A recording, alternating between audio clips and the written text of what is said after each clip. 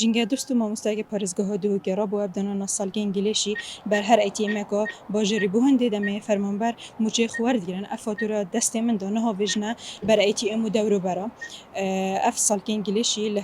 هر ایتیم که تنو پارزگاه دو که دناینه بزرگ زنیاریا ام دم مستا صدیق جلال الدین ورگیریم مزادر زنیار داده دیار کن ابدا میتوانست ممنون سپاس خیراتن. اگر دم دو دیار کنن چه حزب بتهاد کتبی پروژه بدن بله جبركو اسمه مستمع وجنجا باريس مشيك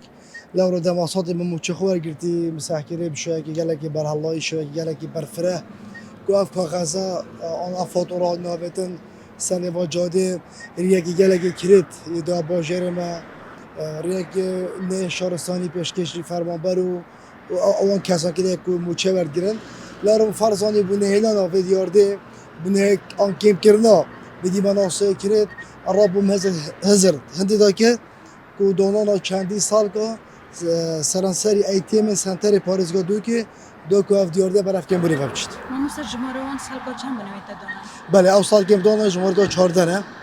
و انشالله ما پلان بر زدر جلب کن و انشالله جارا دادی دا دی برف خارج دو که چی اجدر به پاریزگاه دو که. یعنی نو که داد نبا سنتری پاریزگاه دو که داد دانم. بله. لیکن من هر ایتیمه که من سال گریشی یادونه وری ام دو خواست کنش فرمان برای جوان کسان موچخور ورده مقصد بر وان جهازات کن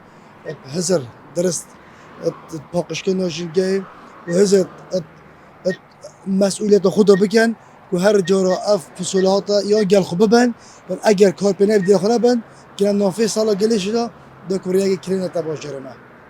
اسمه مستفر صاحبي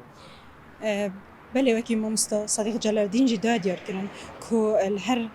ایتیمه که پارزگاه دو که سالکه که گلیشی دانه و پلان دایه دمین دهاتی دال دورو بریم پارزگاه دو که جسال که گلیشی دفع ایتیم بهنه دانه